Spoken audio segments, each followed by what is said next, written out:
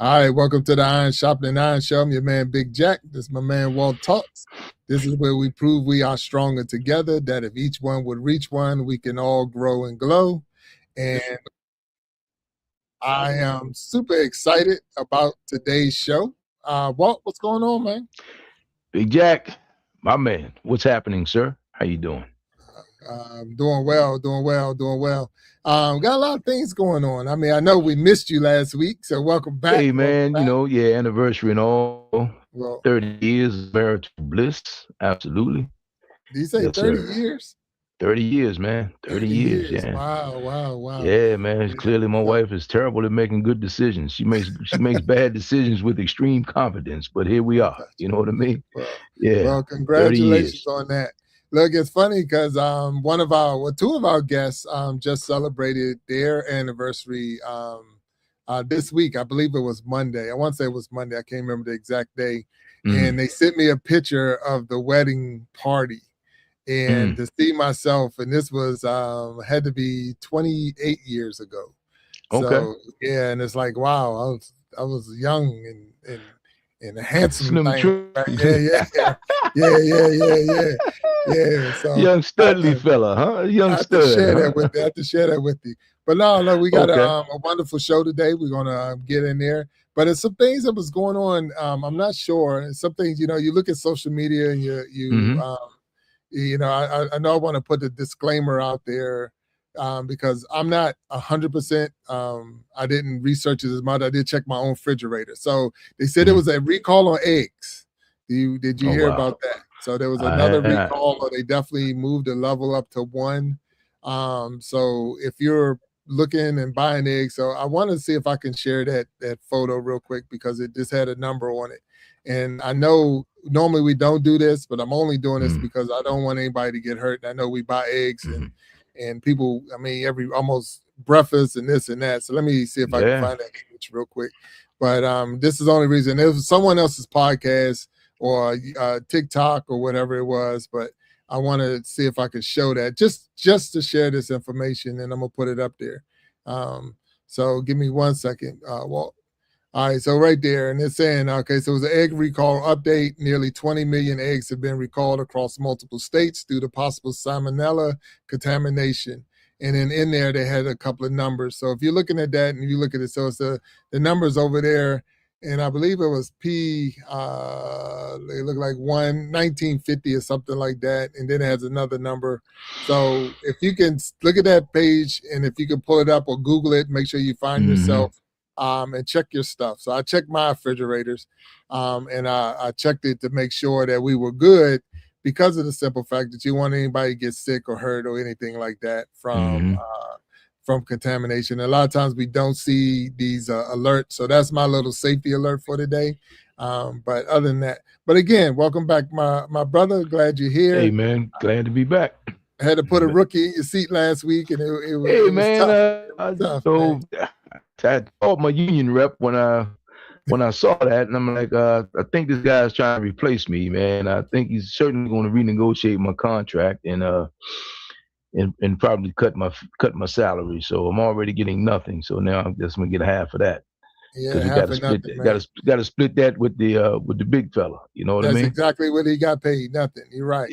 And then I Yeah, see in gotta. the comment section that BBTV put out that they have a recall on some dog food as well for Oh salmonella. So wow. start checking your stuff, people, because I know we buy those in bulk a lot and we have those sitting Yeah. around much longer than normal. So just to make sure so it's almost Pride canned dog food is being recalled. So this it's in the chat. So if you are out there looking, like I say, we're not trying to put a fear out there. We're just trying to spread the news. So this is an opportunity that we just became a news station for a second, So, but anyway, PSA for today. yeah, for today, PSA for today. Hmm. So, Hmm. but no, you ain't get replaced. But at the same time, it was a good show, and Yeah. we definitely missed you.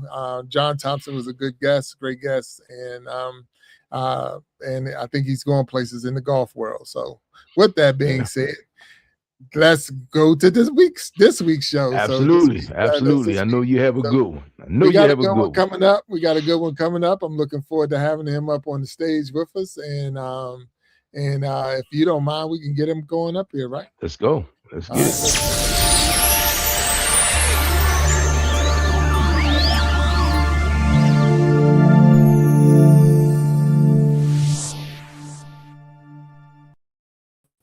All right, there he is, Jason Harris. How you doing, sir? I'm doing good. That was an impressive opening. I like that. That's pretty cool. Oh, wow. Well, we appreciate it. Welcome to the Iron Sharpening Iron Show. Again, I'm Big Jack StoryTime. A man Walt talks over here. This is where we prove we are stronger together, that if each one would reach one, we can all grow and glow. And this is part of the Iron Sharpening Iron universe. Just want to give you a little bit. And our producers backstage right now and even dropping things in the chat and making sure if anything needs to be put in the chat or whatever. So if you have any information you want us to share, your websites and all like that, we'll definitely share. I want to let you know we are live right now on YouTube. We're live on Facebook. We're live on Twitch. And then we'll be cutting this show up and making shorts and putting it on TikTok and Instagram and things like that. So, but welcome to the Iron Sharpening Iron Show. And it's an honor to be here. I've been excited about being on your show. And so I'm looking forward to this next hour. All right. Well, so if you don't mind, can you tell us a little bit about yourself? Let the people know who you are. I'd be happy to. My name's Jason Harris, and I started a brand new LLC in January of this year called Mourning into Dancing. Not like good morning, but mourning like sorrow. It says in the Bible, "You have turned from me my mourning into dancing." That's where I got it from, Psalm chapter 30. And so it's something that it's always tell people, it's like welcome to the great exchange. We can move you from mourning into dancing, and sorrow into joy, fear into peace. And so what I primarily do, I speak at a lot of funerals, and I tell people that, and they're like, "Jason, you need a better hobby than that." But the truth is, it's a passion of mine because I see it as a celebration. One of the first things I often say at the beginning of a service is, I just did one yesterday for a woman named Cecilia. And I said, we're not here today because Cecilia died. We're here because she lived.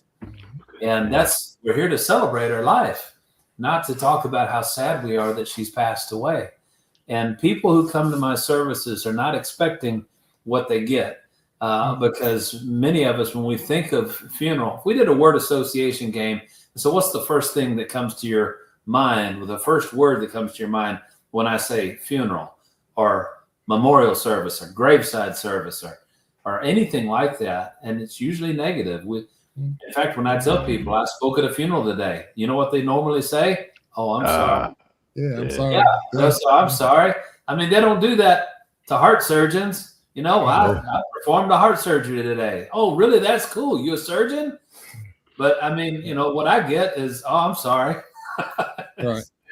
But I love it because not only do I help the family celebrate life, and funeral directors often say to me, "Jason, I tell you, I don't know what it is about your services, but we've never heard so much laughter coming out of our chapel when you do services here." And I love that.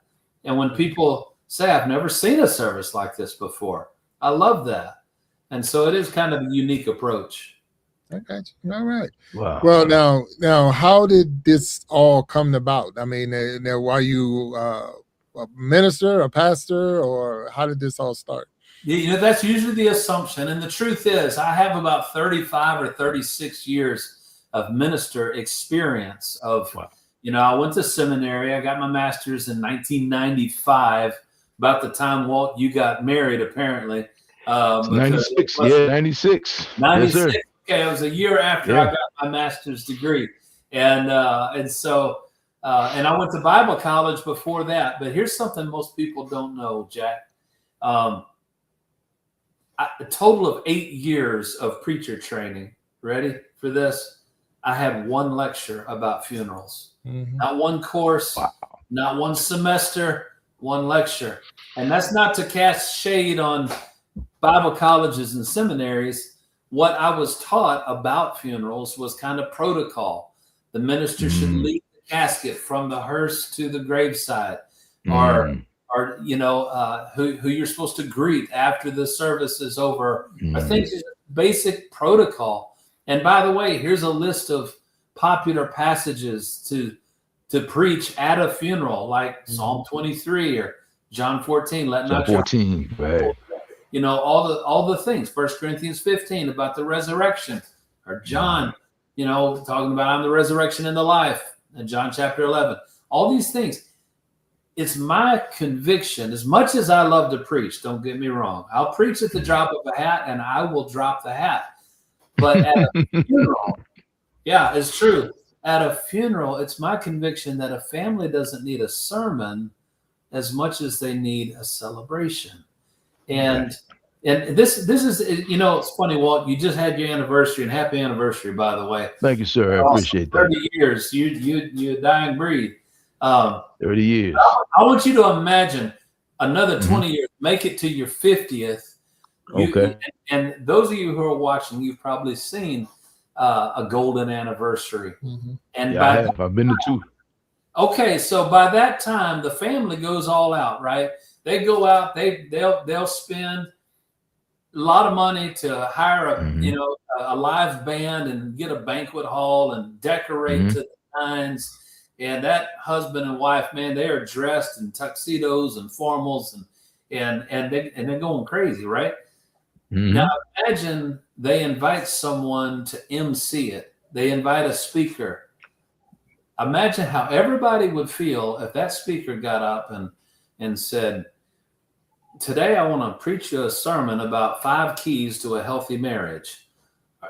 and if he proceeded to preach a sermon, I'm sure that they would say, okay, I kind of get I kind of get the parallel because we've made it 50 years, but hello, you want to tell some stories about us? You want to talk about these last 50 years and how we met, and maybe about our honeymoon and our kids and all the things. That's what because that's why they're there. Anybody who comes to that is to talk about them.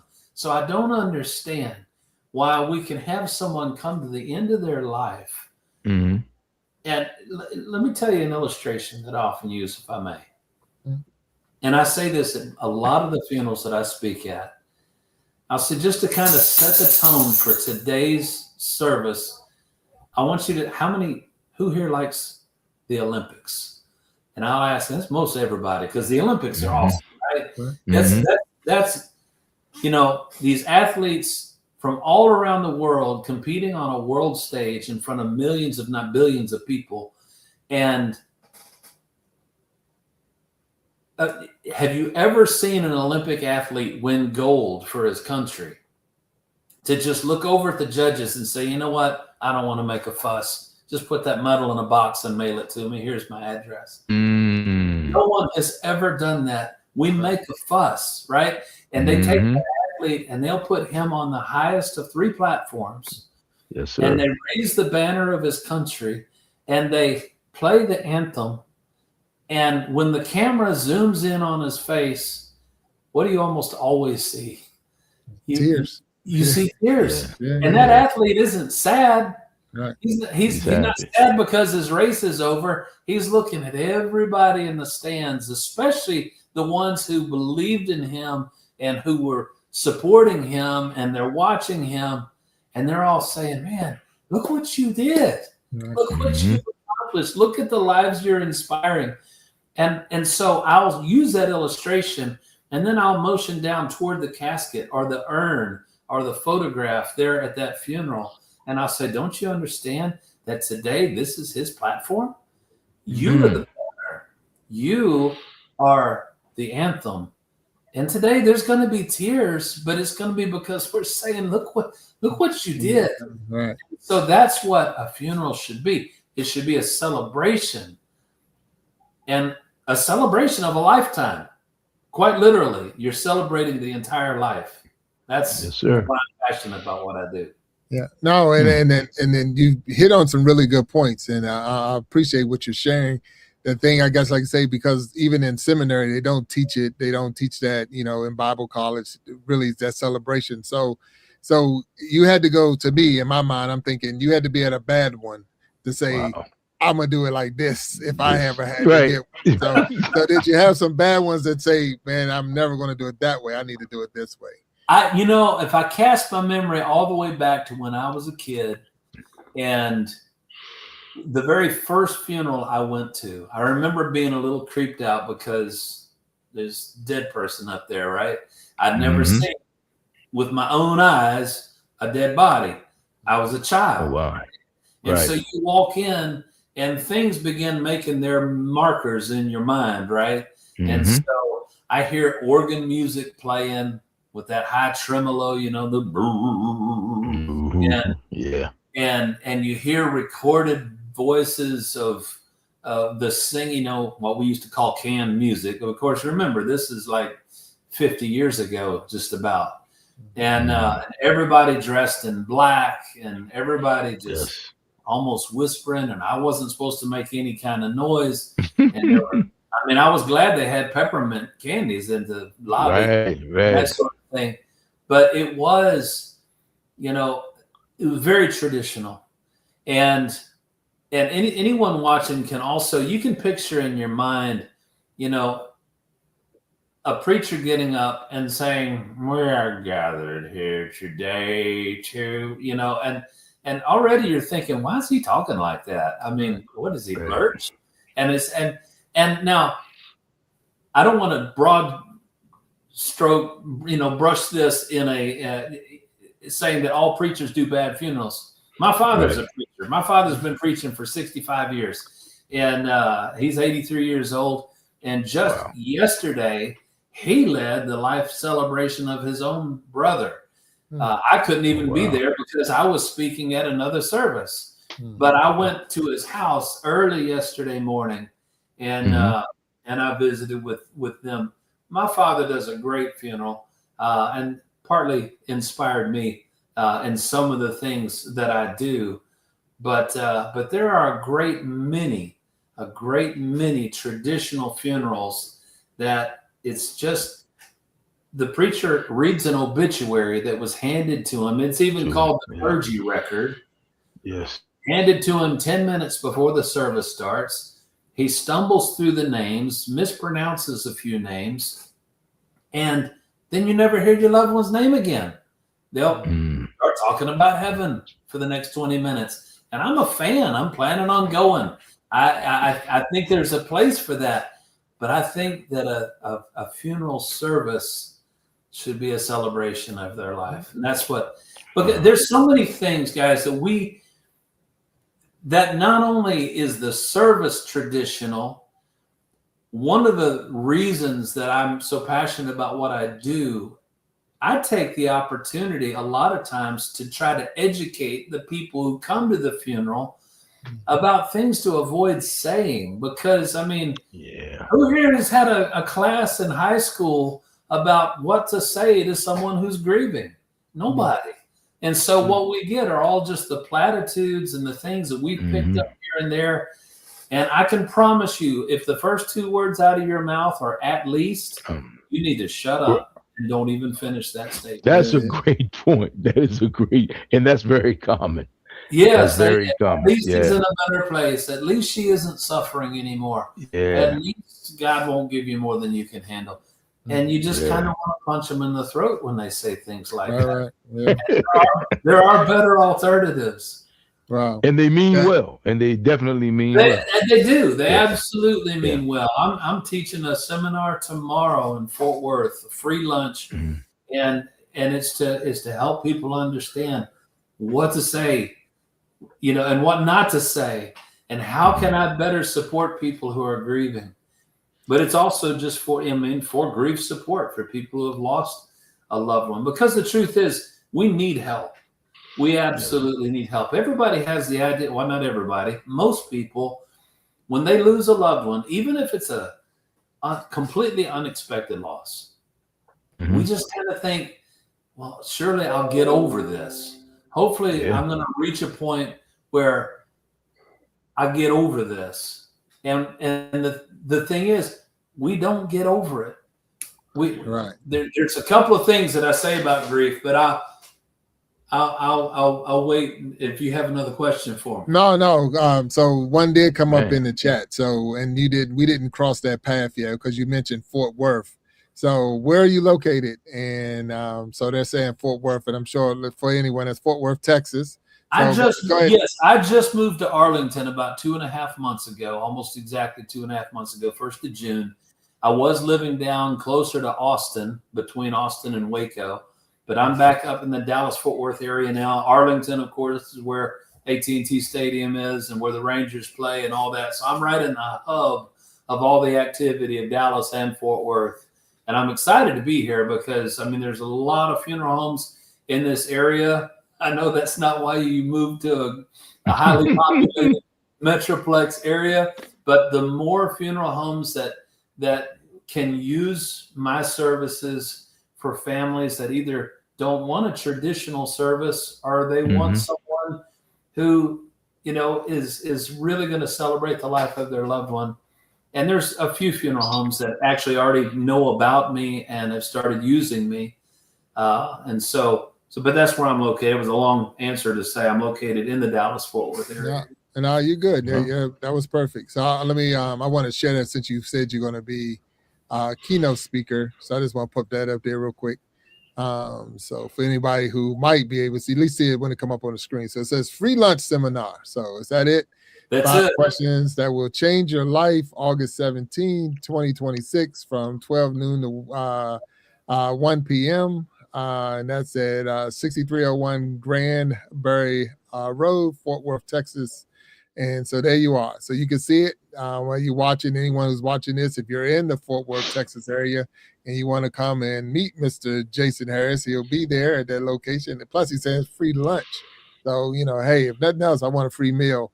That's right. There you go right there. So. And it's not just, this isn't going to just be a pizza either. This is my homemade, world famous, Who's Your Daddy lasagna. Who's Your Daddy lasagna? Oh, wow. Yes. Who's Your Daddy lasagna? It's about 22 pounds of love. I mean, wow. I could feed plenty of people with this pan of lasagna. Enough cheese and meat in there to sink a battleship. So I was about to say, how many cheeses are in this lasagna? Oh, there's about 7 or 8 different kinds of cheeses. Oh, my man. Dang. Well, look, if you're in the Fort Worth, Texas, so it's funny, our producer is in the Fort Worth, Texas area. So, matter of fact, just put in the chat that she might move her schedule around. She needs to come to this lunch. I'd like to meet the producer. Oh, yeah. So Boss B, everybody should have a B. Boss B. We have a B. Everybody so Boss needs B a B. is in the back right now. But no, that's cool. So we did put it up there. So seminar tomorrow. So I know I read in one of your bios as I studied you that you said grief has a unique fingerprint. So what does that mean? A unique fingerprint for grief? Yeah, actually, what it is, that's the 2 things I always say about grief. The first one is it's as unique as our fingerprints. And so what that means is when I lose a loved one, I'm going to grieve differently than you do, than Walt does. In fact, if there's 10 family members, every one of them are going to have a unique grief to that loss. Now, those overlap, of course. They'll be sad. There's a whole gamut of emotions, though. And I know that, a popular model in grief circles is the one that Kubler-Ross gave us, the 5 stages of grief. And some say the 7 stages of grief. And the truth is, I mean, Kubler-Ross actually wrote that about someone who was dying. And the stages that you go through, it's not even traditional grief as we know it. And grief isn't just 5 neat stages. You don't get over one of them and say, boy, I'm glad that stage is over. I'm glad I'm out of denial now. I'm glad, I sure will be glad when this anger stage is over. That's just not the way it works. And so that's the first thing, is that it's as unique as our fingerprints. The second thing that I always say, and this isn't really good news for anybody, it's just a fact. Grief never goes away. It really never goes away. And I mean, it's not that it's never going to get better. And if you've lost someone recently, I don't want you to think that you're going to be in this dark place for the rest of your life. But here's the illustration that I use. Are both of y'all right-handed, by the way? Yes, I am. I am. Okay. 90% of the audience listening right now, according to statistics, are right-handed. Mhm. 10% of you say, no, I'm a lefty, and you're in your right mind. I understand. You got all the struggles with the spiral notebooks and everything else you got to put up with. But for the most part, let's just assume that you're right-handed. And the illustration that I often use when I talk, and I'll talk about this tomorrow, if I suddenly lost my right arm in an accident, and that'd be awful. I don't like to think about losing my arm. But if I did, well, now I'm left-handed, whether I like it or not, because I don't have a right arm anymore. Right. Now, there's a couple of things that are going to be true if I lose the arm suddenly, unexpectedly, in a tragic accident like that. One, I expect it's going to be painful. I'll probably be in shock. But after I get over the initial shock of a sudden accident like that, you know what's going to happen in 2 or 3 days? I'm going to discover that the things that I could normally do without thinking about it are really challenging for me. You don't believe me? This evening, try brushing your teeth with your left hand and see how that works out for you. You know, you probably have to shake your head against the toothbrush or something because you're not left-handed. Or you end up looking like a rabid dog with toothpaste all over your face because I'm not left-handed. And how are you going to tie your shoes with one arm? How are you going to write a shopping list that anybody can read with your left hand? Now, it's not going to be like that forever because you will adapt to having just a left arm. And let's fast forward 6 months from now, 2 years from now. Well, now you don't even think about it anymore. You can get dressed with one arm. You can brush your teeth just fine now. You've learned to write with your left hand. Here's the point, though. Think about 10 years after the accident. Are you ever going to reach a point that you say, having 2 arms is overrated. I really don't need that arm. You're all 20 years after the accident, you're still going to say, I'd give anything to have the arm back. I really, really miss that arm. And so it's the same. Now, a lot of this is kind of depending on the relationship with the person that you've lost. I mean, if my mail carrier that I've said hello to once or twice, if I found out he was killed in a car accident, I would think, man, that's terrible. And I might even, it's just not going to affect me the same way as when my uncle who just passed away just died. That's different. So the more I love, the more I'm going to grieve. That's the price of loving someone.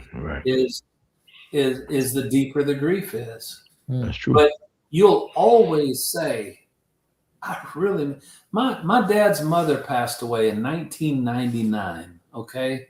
That 27 years ago, I miss my grandma.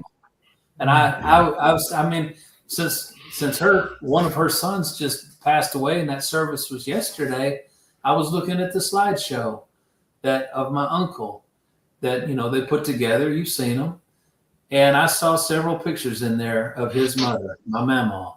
And it was like, gosh, I really miss her. And that was 27 years ago.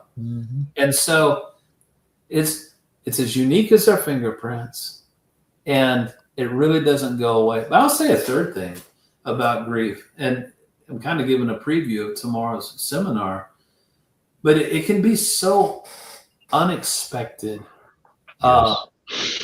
when it hits us. And an illustration I use sometimes is, if you've ever been to the ocean and you're standing in the water, let's say you're standing about rib deep in the ocean looking at the beach, right? You can feel the waves kind of lapping against your back. There's a rhythm to those waves, and you can anticipate another wave and another wave. And you may be distracted looking at somebody on the beach over there, and you don't see this 3-foot wave curling over your head that takes you under and flips you over and fills your bathing suit up with sand. And you stand up hoping nobody saw that. and you're coughing and sputtering, but you're saying, man, where did that come from? I wasn't expecting that because I was just feeling all these waves. I didn't see that big one. Isn't grief a lot like that? Because there's a rhythm to the grief. I talk to ladies all the time who they're widows now. They just lost their husband 2 or 3 months ago. And when I follow up with them, I'm checking on them. And when we're talking, I try to listen as much as I can. But when I say, when do you find yourself struggling the most? Well, that's easy. The first thing when I wake up in the morning and I realize he's still not there next to me. And this is real. This is actually, this isn't a nightmare. I'm not, it's not a dream. And so I know every morning we always had our coffee together, for example. And when that coffee brews, I miss my husband. And that's what it said. There's a rhythm to it.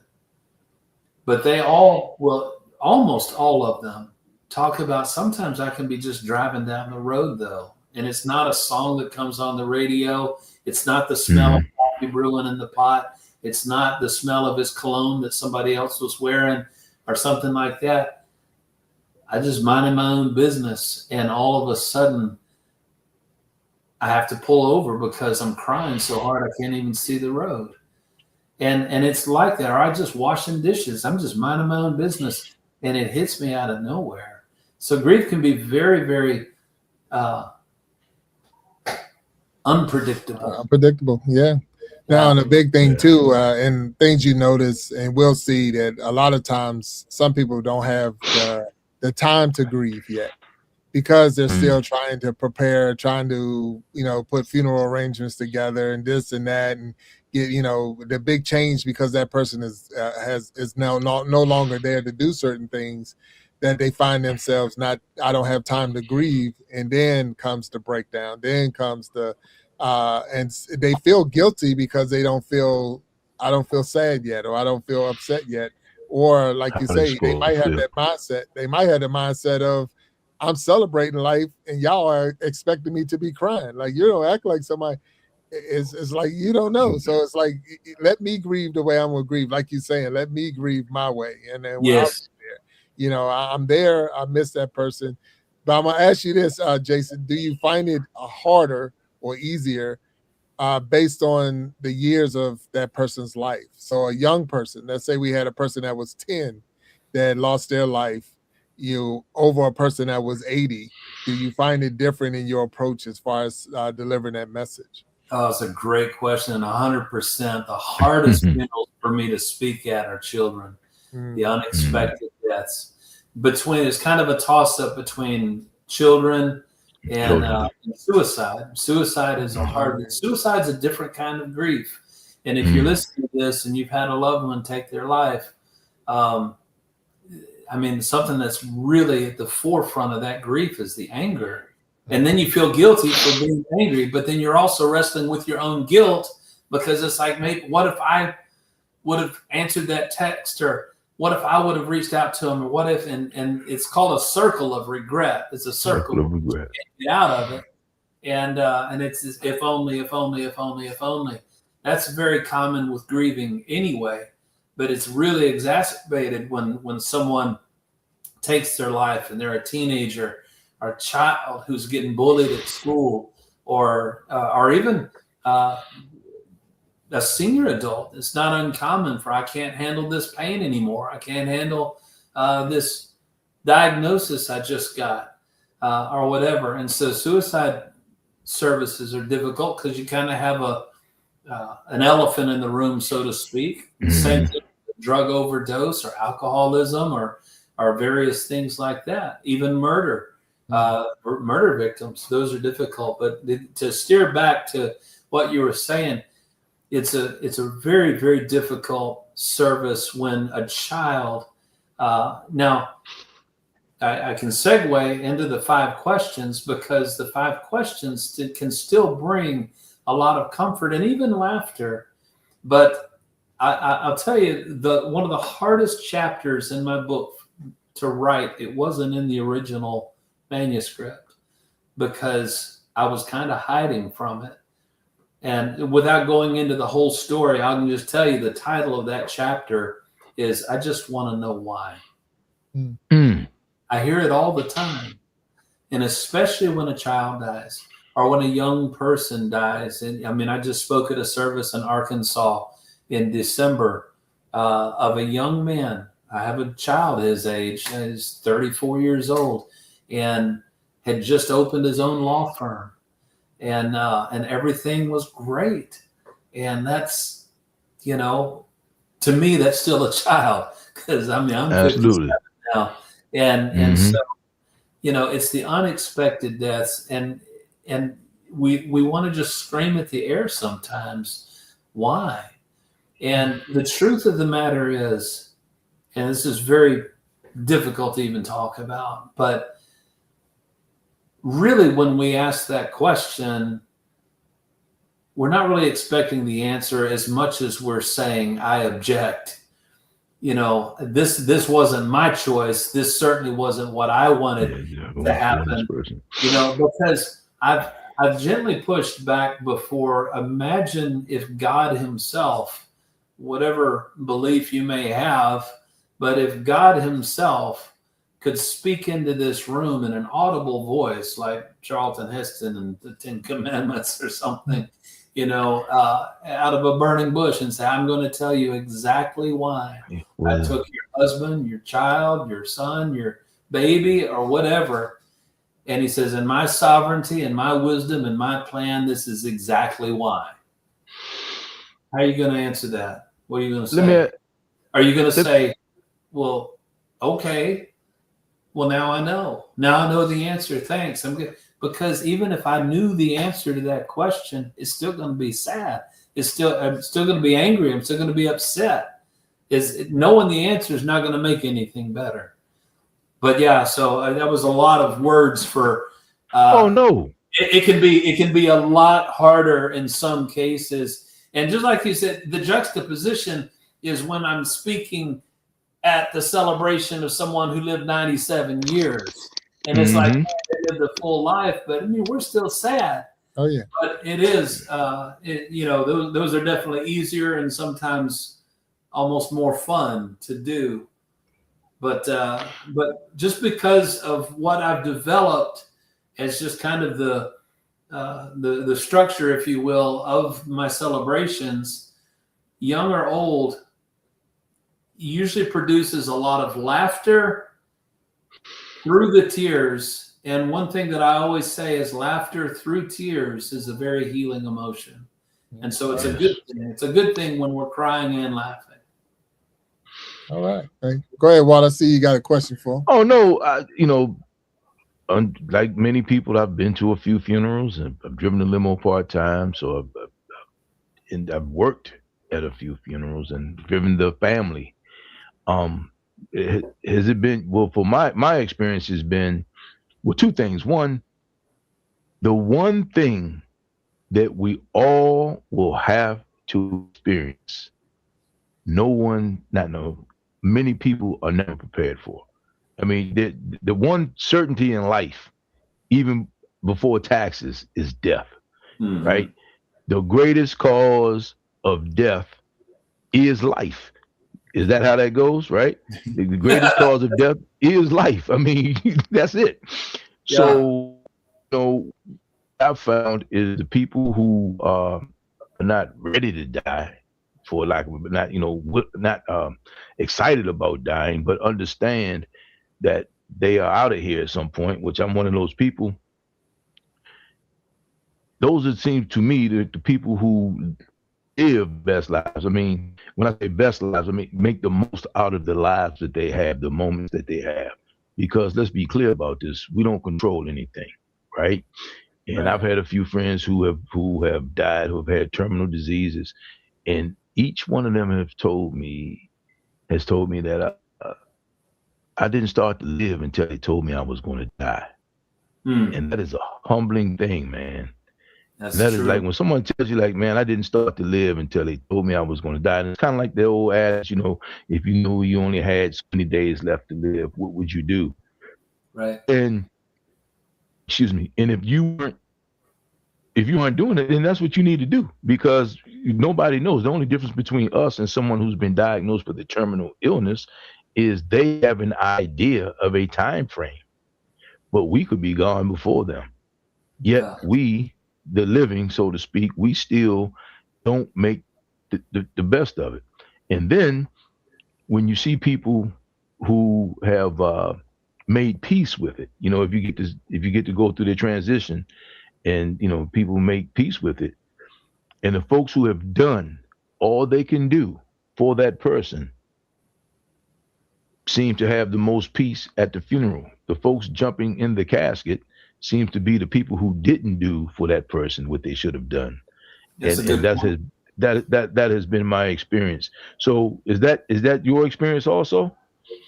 Yeah, as a matter of fact, you made me think of a number of things, and that's, you know, one of the things that I'd love to share a little bit about that is unique, and just kind of feeling led to talk a little bit more about why the services that I do get talked about a lot by the people who come. One thing I want to say is that we kind of have our grief support system flipped on its head. And here's what I mean by that. Most of the funeral, yesterday was an exception because the woman who had passed away had died 33 days earlier. And she had been cremated. And so the service was planned a month later. But most of the funerals that I do, the person may have passed away on Monday and the service is on Thursday or Friday. And so a week hasn't even gone by.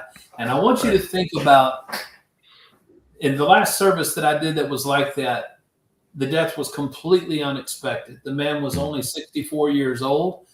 Whoa. That's only 7 years older than me. And 2 years older than me. Yeah, and he had already had a clean bill of health from his doctor. Just had a nuclear stress test done. Doctor said, you look like you're in good shape. And that following Monday morning, right in front of his wife, had a massive, just a rupture in his aorta, and he was gone. And when I spoke at that funeral the following Friday, just 5 days later, there were over 400 people at that service. Not a single person in that room would have ever dreamed 1 week earlier that they'd be sitting at his funeral. So everyone's kind of shell-shocked, but imagine his widow and his kids, his adult children and the grandkids. They're all sitting there on those first two rows, and they are completely shell-shocked, right? Yeah. Right. Now, so this is one of the things, I've started doing this about 10 years ago. And Big Jack, I told you I had one of these in my drawer. This is a matchbox. And I started making matchboxes. Well, I don't make the matchboxes. I get a 10-pack of these from Walmart for 97 cents. And then I make some labels that I can cut out. And it's a labor of love. I'm not going to lie to you. For me to make 80 or 90 or 100 of these matches, it'll take a couple of hours. But here's why I do it. And the one that I happen to have in this drawer, because I keep them around the house because it reminds me to keep up with those family members. But this is Ronald Lee Dockery, who passed away last October. Hasn't even been a year, but October the 8th. And that's a picture of him. And his death wasn't expected. He's a little bit older. He was a farmer. And you see on the back of his matchboxes here, I got a Miller Lite, and he loved to hunt. He loved to fish. He was a farmer. He had cows, and there's some of his nicknames there. Bubblehead. I don't remember why they called him that. Granddad, Ronnie, Dad, all of these. But the reason I make these is not just so people can have a souvenir. I get up at the very end of the service and I'll say, on behalf of this family, I want to thank all of y'all for coming today, but I'm going to tell you something you may not realize. They really don't know you're here. And if you're watching this, you can identify with this. Isn't that true? That's true. And I'll remind them and say, there's a reason why you signed a book on the way into the chapel today. That's true. They got pages of these. Everybody signs. They sign it, and they might make a little note or something like that. And at a service like I did few weeks ago where there's 400 people. What is that family doing? They're like on autopilot. Thank you for it's a coming. blur. Thank you for being here. Thank you for your support. Thank you for being here. Now, and I'll tell them in a couple of weeks, even though they've told everybody here, thanks for coming here. Mm-hmm. If they ever get that book out and start reading through the names, I can almost promise you they're going to find names and say, oh my gosh, they were here. They came to his service. I haven't seen them in 2 years. I'd love to have seen them. And I said, the truth is you probably hugged their neck and talked to them for 5 minutes. Right now, nothing is getting in. You need to understand that. I said, but in a couple of weeks, this numbness is going to start wearing off. And the first tsunami of grief is going to knock them off their feet. Yeah. And when that happens, they're going to look up and you've gone back to work. Yeah. Then the crowds are gone. Yeah. And so, and life is going to pick back up for everybody else. And nobody intends to abandon this family, but that's how it feels. And so I need you to take one of these matchboxes home with you. Put it in your kitchen junk drawer because I know you got one. In fact, some of you have 3 and you know who you are, and that's okay. It doesn't mean you can have 3 matchboxes. You got to just pick your favorite one and put it in there. And here's why. Throughout this year, this family is going to experience an entire year of firsts. First Father's Day, first Mother's Day, first birthday, your first birthday, Thanksgiving, Christmas. All of these will be the first one. So this service I did yesterday, here it is, August. Mother's Day doesn't come around until next May, but it's going to be the first one without Mom. Yeah. And so, and that's when they need you, not today. And they're glad you're here. Don't get me wrong. It's good that you're here. But if at random times, if you need to light birthday candles or dinner candles or a fire in the fireplace, or if you're lighting a barbecue, or if you're just going for that pair of scissors or a roll of tape or an ink pen in that junk drawer and you roll that out and see him looking up at you, you don't need these to remember him. Who's going to forget him? But reach out to his wife. Reach out to his daughter. Reach out to his son. Reach out to his grandson. And all you're allowed to say, and guys, I say this every time. I say, if you're planning on saying something stupid, you don't get a matchbox. And that gets a laugh. I said, you think I'm kidding?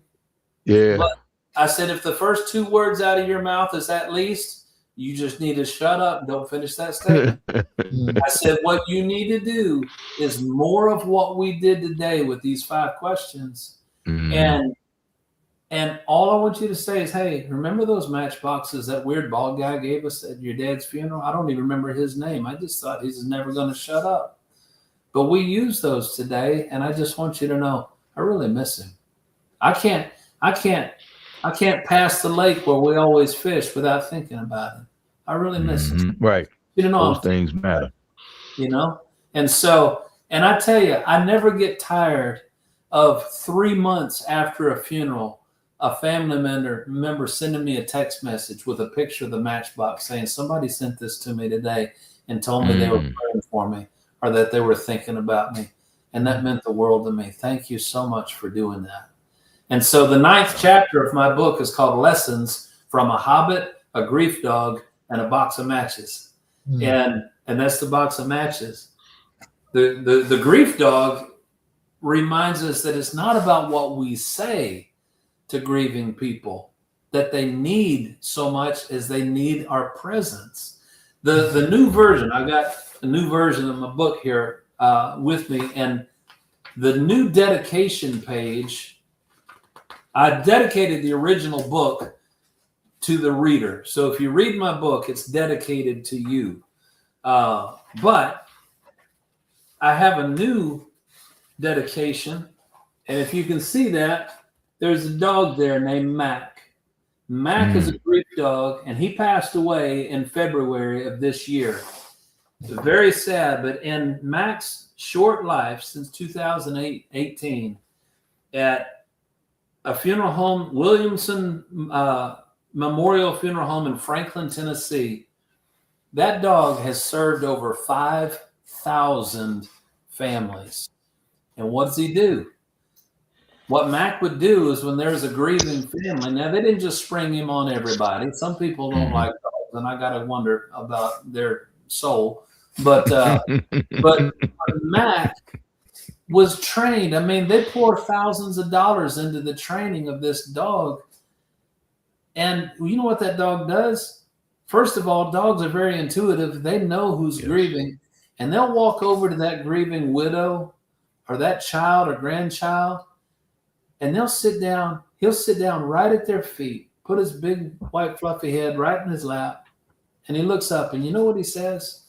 And I'll say this at my grief seminars. You know what he says? And man, they get their pens ready like, I want to know what a professional, what's the magic words of the, I said nothing, because he's a dog.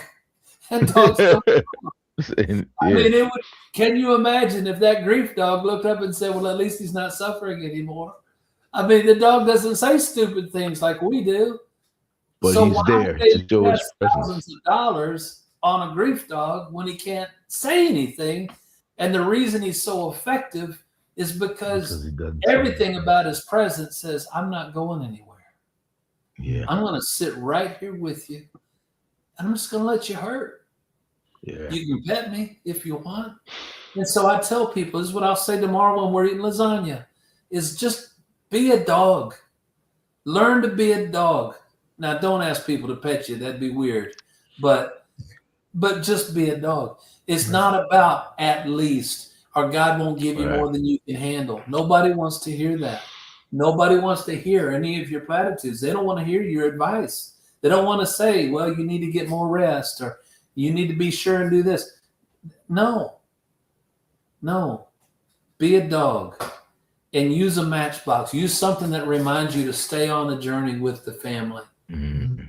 And I know we haven't even got to the 5 questions yet. No, go ahead. We're going to get to them, though. You're going to give them to us for sure. I'll rattle them off for you because I know we only have 7 or 8 minutes left, and I don't want to go over my time here. You good? But no, get your please. But let me just say this. So the reason I came up with the 5 questions, there's a reason why I came up with the question, and there's a reason why I wrote the book, and both of them had to do with these 5 questions. The reason I came up with the 5 questions is suddenly I started being asked to do funerals all the time for people I didn't know. It's one thing. Now, years ago, I was a pastor of a church. And as a pastor, you're the go-to.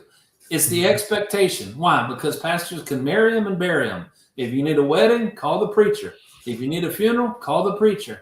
That was just the expectation. And the preacher has 1 or 2 sugar sticks, funerals that they preach and just change the name. And it's always the same sermon. And that's, I mean, it's kind of what we do. And it's the expectation, but it's always somebody in the church. It's always somebody that, well, we went to your church, so you do the funeral.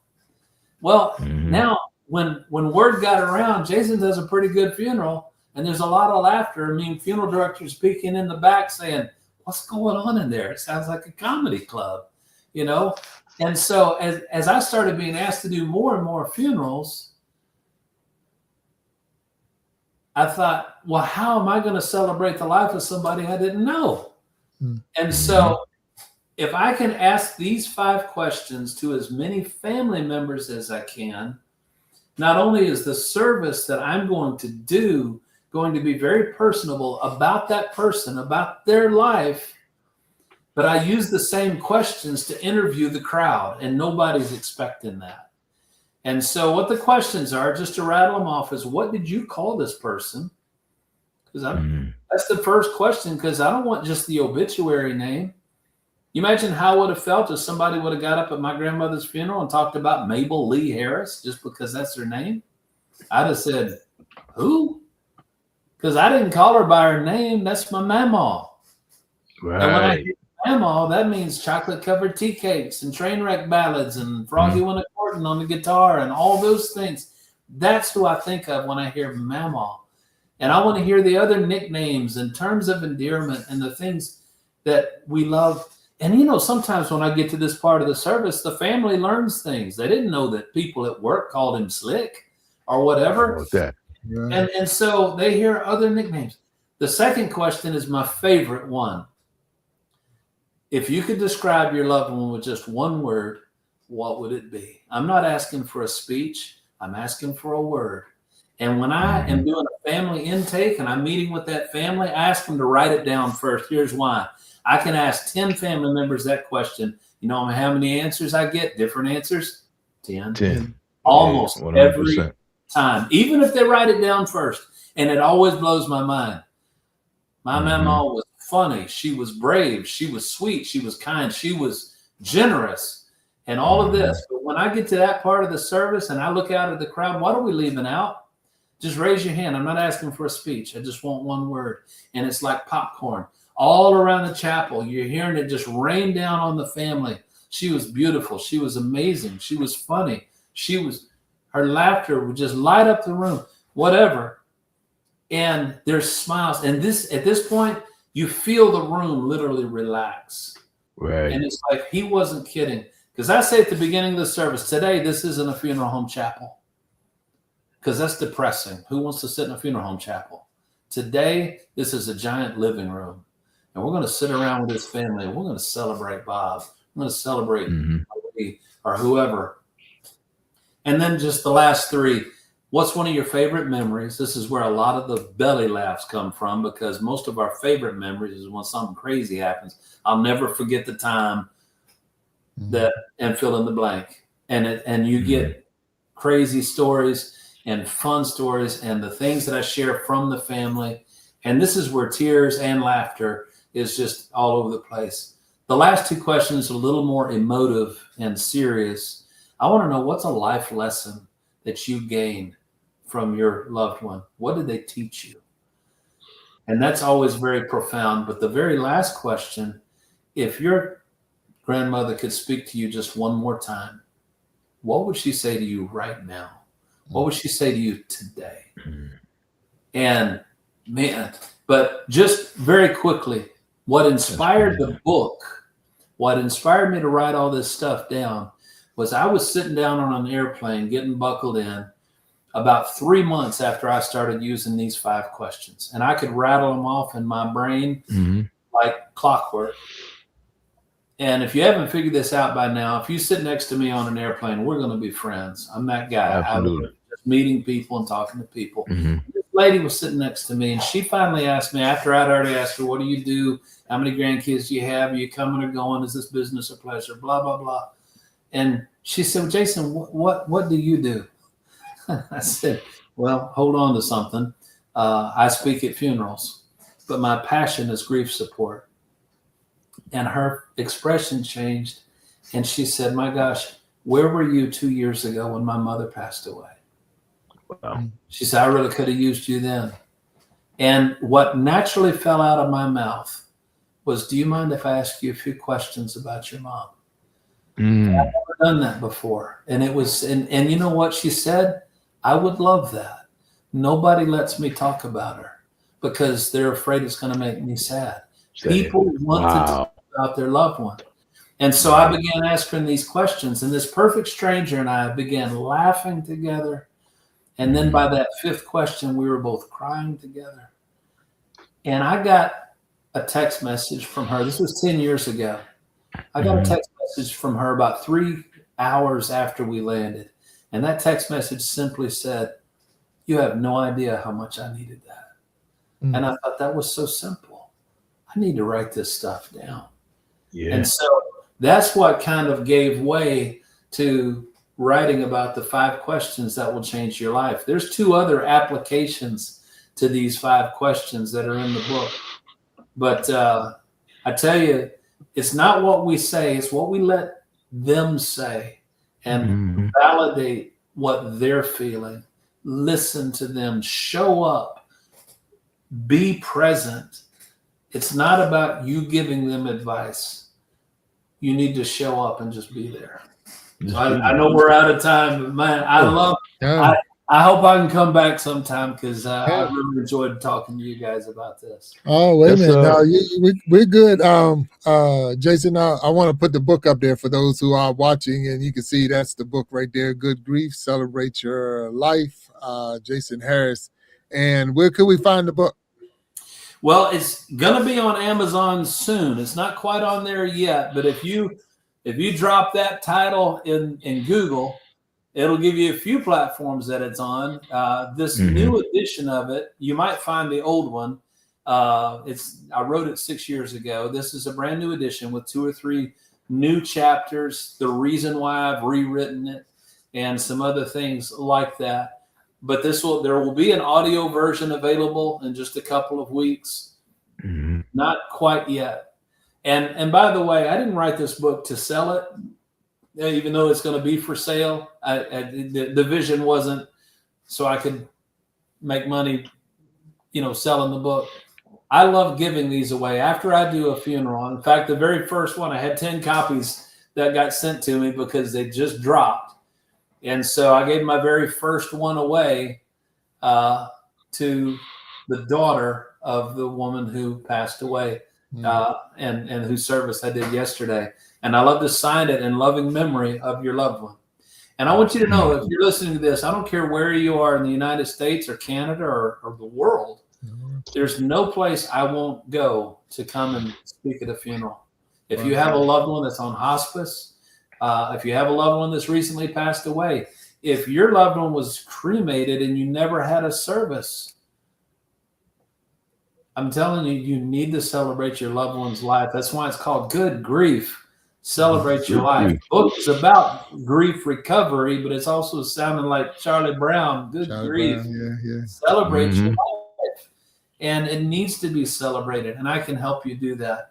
Morning into dancing, my vision for Morning into Dancing is to get on as many stages as I can. I'd love to come speak at your church, your school, your community center, your Sunday school class. I don't care who. It doesn't have to be a big crowd. I'll speak in a broom closet with 4 people that are interested. And I can get to where you are. And I'm going to start training people to do funerals the way that I do. It's really not rocket science. But if I can build a database of Morning into Dancing certified celebrants and become a household name among the 25,000 funeral homes in this country, I want someone in Connecticut or Rhode Island or Nevada or wherever to say, well, if they're a Morning into Dancing celebrant, it's going to be a great service. And so I could teach you how to do this, and I would love to teach you how to do this. But I'm trying to get the whole speaking career off the ground. So just a little announcement. In just a couple of weeks in Las Vegas, Nevada, I'm going to be in a speaker competition called the Ultimate Speaker Competition. And hopefully if I do well, I can be an award-winning speaker then. And so, but I'll be speaking in Connecticut next month. And I'm just trying to get on more stages. So if you'd like me to come speak at your church, at your school, at a hospital, anywhere, and do a book signing, or if you'd like me to speak at your loved one's funeral, I'm available, and I would love to come do that. All right, and we're going to put your website back in the chat. So for those who are out there and you want to make contact with Jason Harris, and for whatever reason, he's just explained all the different reasons you can make contact with him, please do so. So, I mean, we're not pushing or promoting anything. And like I say, sometimes you just don't know what's going to happen, but he hit us so many different ways, because if you haven't had the opportunity to celebrate the life and you still want to celebrate the life, and I know, Jason, one of those was really big during COVID time, because everyone was shut down, and then things were so delayed that they didn't have the opportunity and they missed out and this and that. And it's almost like no one cared that my loved one passed, and it wasn't that they didn't care. We was just all shut down at that time. So we had to find other ways to do it. and it didn't seem real to a lot of people. So Exactly right. that's another opportunity to make it feel real to you if you feel that you neglected that person or you was neglected yourself. So but I did put it back in the chat, and Jason, it has been a true pleasure having you on the stage. I mean, for sure. And I mean, your vision is needed. It reminded me of it was funny. I don't know if you think it's funny or not, but it was saying, they say the cost of funerals is going up, but they blame it on the cost of living. And I'm like, how they do that? How they blame it on the cost of living, but the cost of funerals are going up. But with that, and we know that is part of it too. A lot of people they don't get they just get the person that comes in and just says some words because it came with the package, but to actually have someone that's going to help you celebrate your loved one's life is needed. It really is needed. Just no different than, like you say, we marry him and we bury him. That's right. And those two are real celebrations. I mean, yeah, I would say you're probably more upset or bothered or sad in the wedding than you are in the funeral. But if you knew what you was getting ready to go into, you'd be like, oh. But no, I'm just joking. By the way, I do weddings as well. I've got a wedding coming up in October. I'm very, very excited about. Right. And there's so many more things I would love to talk about. But but one thing that you hit on, if you're in the Dallas-Fort Worth area, what got me into all of this is helping people prearrange their funeral. That may sound morbid to you, but I would ask you two questions. If you're listening to this, the first, have you ever had to make arrangements for a loved one? And if your answer is no, I've never had to do that, you have no idea what it's like. You've got about 100 questions that you've got to answer rapid fire in a funeral director's office on the worst day of your life. If you're the one that has to do that for your mother, your father, your spouse, your child. And the second question I ask is, if your death occurred yesterday, I used to ask it sounded like Billy Graham, if you were to die tonight. And I don't ask it that way anymore because people just say, no, I don't want to think about that. Well, I know you didn't die yesterday because here we are. You're listening to this right now. But if your death occurred yesterday, somebody would be at the funeral home today making your arrangements. If you died in a car accident, if you died, 60% of the funerals I speak at, it's an unexpected death. And so you owe it to your family and your loved ones to just take 30 minutes with someone who can help you prearrange, because you can freeze the cost of the services now. If you live another 30 years, just like Big Jack was just saying, those costs keep going up about 7% every year. That means every 10 years, it's about 70% more than it was 10 years ago.